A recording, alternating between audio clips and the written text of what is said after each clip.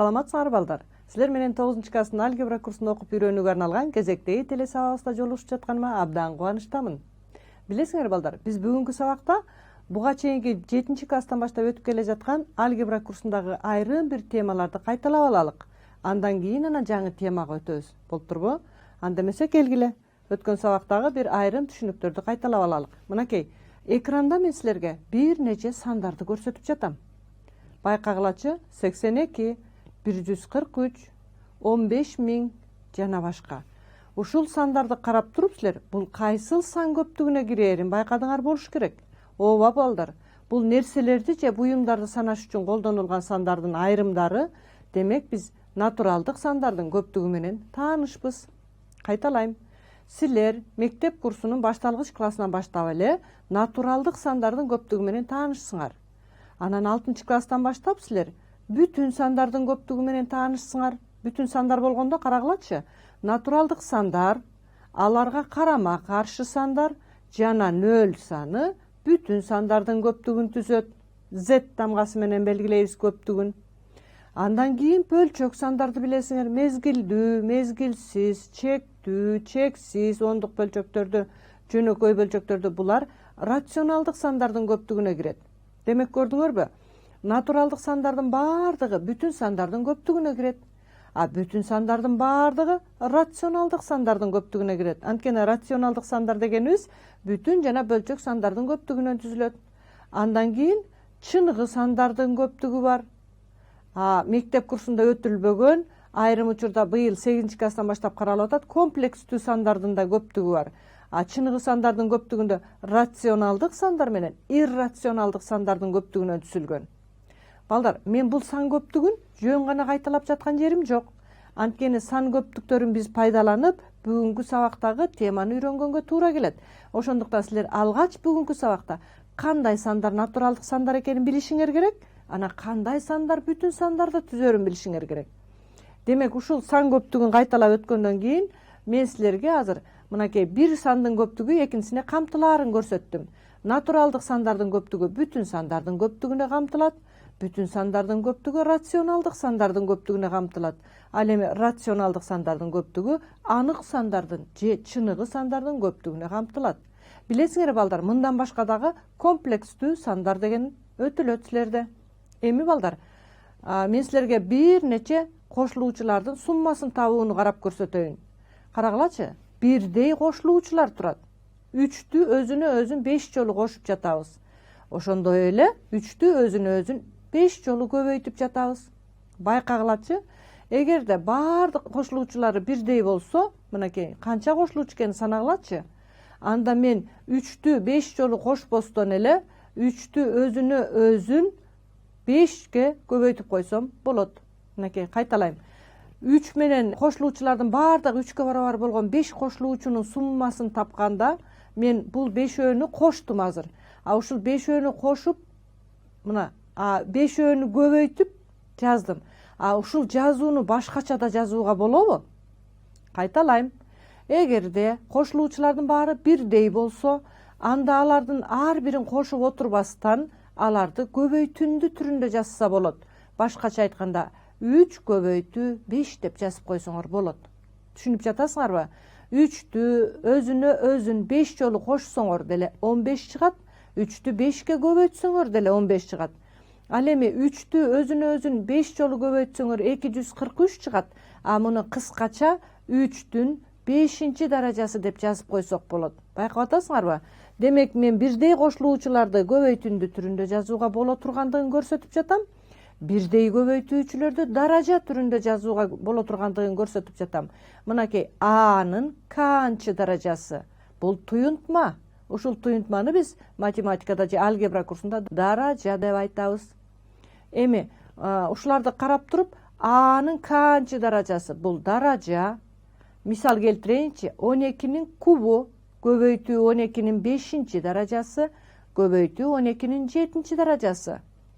Же болсо x менен y-тин көбөйтүндүсүнүн 8 даражасы, көбөйтүү x-тин 7 даражасы. Анын 17 даражасы бөлүү анын 8 даражасы. Мынакей көбөйтүү жана бөлүүлөрдүн даражаларын көрүп турасыңар. Балдар, ушулардын баардыгында бир жалпылык бар. Байкадыңарбы?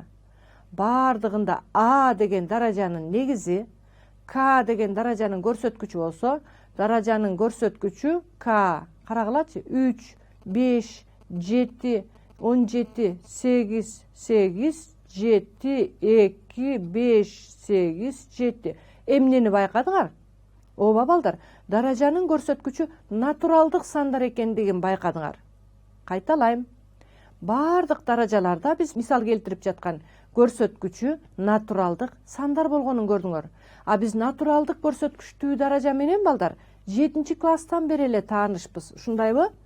Анда эмесе келгиле, натуралдык көрсөткүчтүү даражанын касиеттерин кайталап өтөйүнчү силер менен.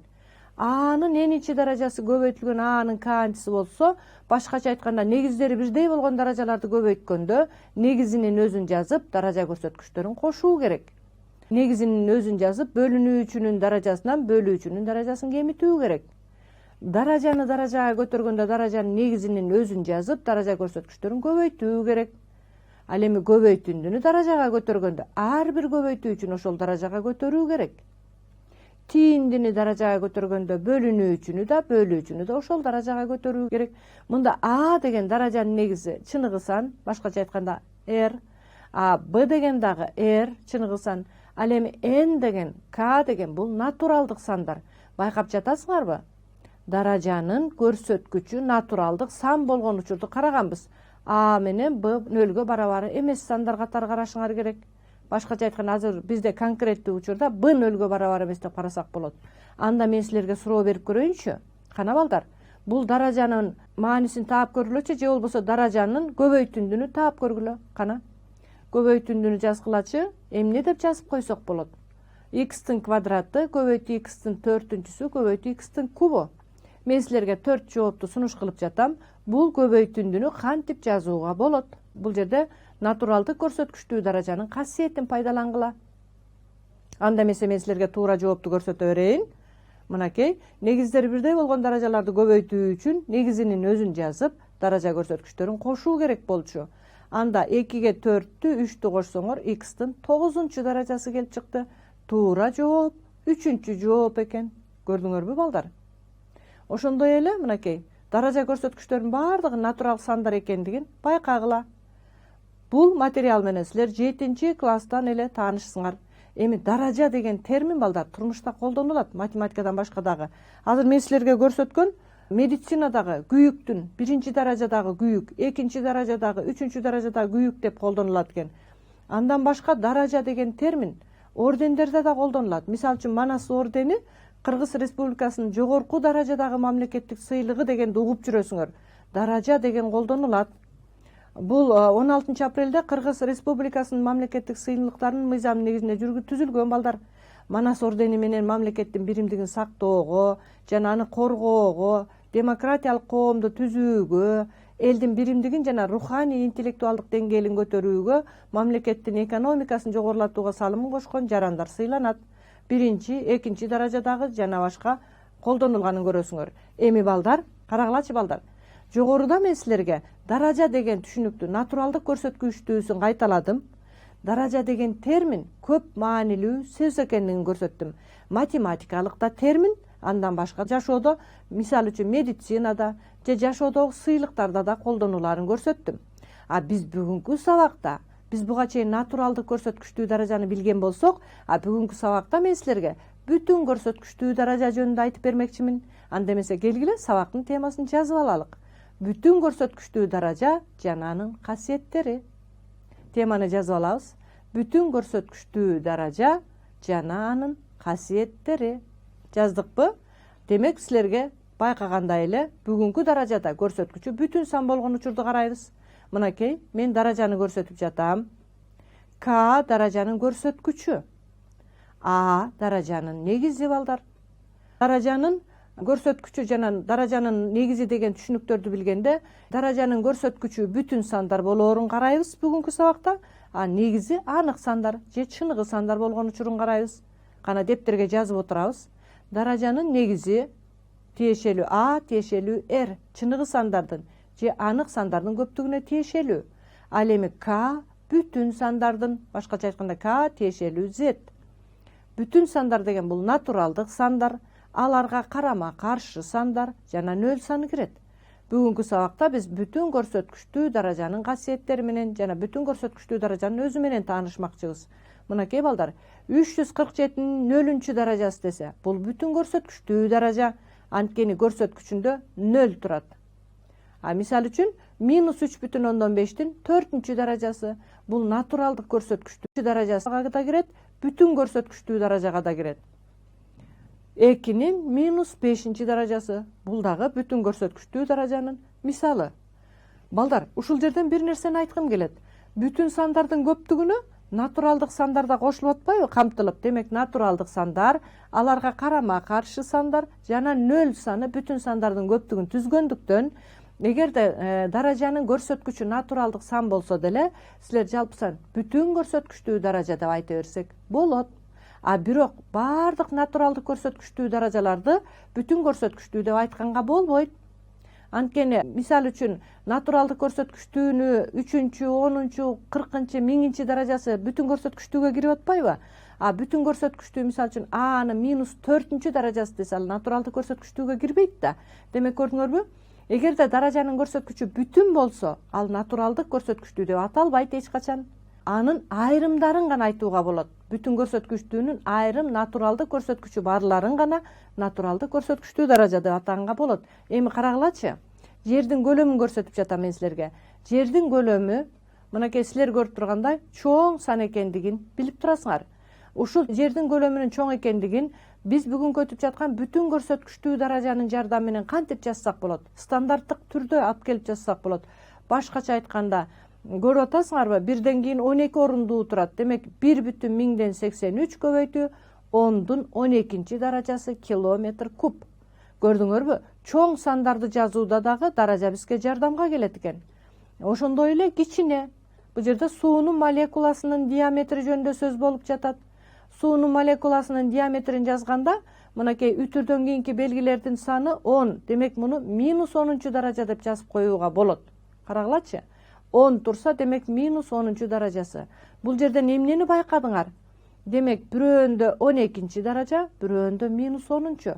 Башкача айтканда, чоң сандарды даражанын жардамы менен жазсак болот, же кичине сандарды дагы бүтүн көрсөткүчтүү даражанын жардамы менен жазууга болот экен. Ошондуктан, балдар, биз бүгүнкү сабакта бүтүн көрсөткүчтүү даража жөнүндө өтүп жатыптырбыз. Эми бүтүн көрсөткүчтүү даражанын касиеттери кадимки силер буга чейин тааныш болгон, мынакей мен ачып жатам натуралдык көрсөткүчтүү даражанын касиеттери менен бирдей эле аныкталат. Мында негиздери чыныгы сандар, даража көрсөткүчтөрү, бүтүн сандар. Мен буга чейинки көрсөткөндө n жана k тиешелүү n болчу, натуралдык сандар болчу. Азыр бүтүн сандар, бирок ушул 5 касиет ошондо деле сакталат. b тиешелүү r. Эми балдар, мында дагы b нөлгө барабар эмес. Мен силерге бир мисалды көрсөтөйүн. Бүтүн көрсөткүчтүү даражанын мисалы карагылачы. 2-нин -3-чү даражасы, 2-нин 19-чу даражасы, 2-нин -15-чи даражасы. Негиздери бирдей болгон даражаларды көбөйтүүдө, мынакей силер жогоруда кайталап өткөн касиетти пайдаланалык. Башкача айтканда, даража көрсөткүчтөрүн кошуп, негизинин өзүн жазалык. Көрдүңөрбү? Негизинен үчөөнүн бирөөнү эле алдым. Эми даража көрсөткүчтөрүн кошуп жазам. -3 плюс 19, 16 болобу? 16дан 15 алсаңар 1. 2-нин 1-чи даражасы. Бул 2ге эле барабар, балдар. Мынакей мен бүтүн көрсөткүчтүү даражага мисал чыгарып жатам. Ошондой эле, мынакей кийинки мисалга көңүл буралык. 6, 2, 3 негиздери ар түрдүү болуп жатат. Бирдей негизге алып келүүгө болобу, балдар? Ойлонуп көргүлөчү. Кааласаңар 6-ны 2 көбөйтүү 3 деп жазсак болот. Бирок андан ыңгайлуусу турат, силер байкадыңарбы? 2 менен 3-түн даража көрсөткүчтөрү бирдей болуп жатпайбы? Ошондуктан ал экөөнү көбөйтүндү кылып туруп бир эле даражага жазып койсок болот. 2-нин даражасы да квадрат, 3-түн да даражасы квадрат болгондуктан, мына ушул сыяктуу жазып алууга болот. Урматтуу окуучулар, мен чыгарып жаткан тапшырмаларды мүмкүн болсо дептериңерге жазып отургула. 6-нын -4-чү даражасы 6-нын квадраты. Мынакей эми бирдей негизге келип калды. Негиздери бирдей болсо, негизинин бирин жазып, көбөйткөн учурда даража көрсөткүчтөрүн кошуу керек. Демек 6-нын минус экинчи даражасы келип чыкты. Үчүнчү учурду көрсөтөйүн. Бөлүү катышып калса да даражанын касиеттерин колдонобуз. Бөлүү учурда негизинин өзүн жазып, даража көрсөткүчтөрүн кемитесиңер. Мынакей 15тен 2-ни кемиттим. Кайра көбөйтүү тургандыктан минус 4-тү коштум. Анда менде бнын 9-чу даражасы келип чыкты. Карагылачы балдар, мен даражага көбөйтүүгө, бөлүүгө карата тапшырмаларды аткарып жатам. Эми балдар, силерге суроо берейин. Туюнтманы жөнөкөйлөткүлөчү. Көрсөткүчтөрү бүтүн көрсөткүчтүү 17, минус 2, 6. Кана балдар. Туура жообун таап көргүлөчү. Жогорудагы мен силерге көрсөткөн даражанын касиеттерин пайдалангыла.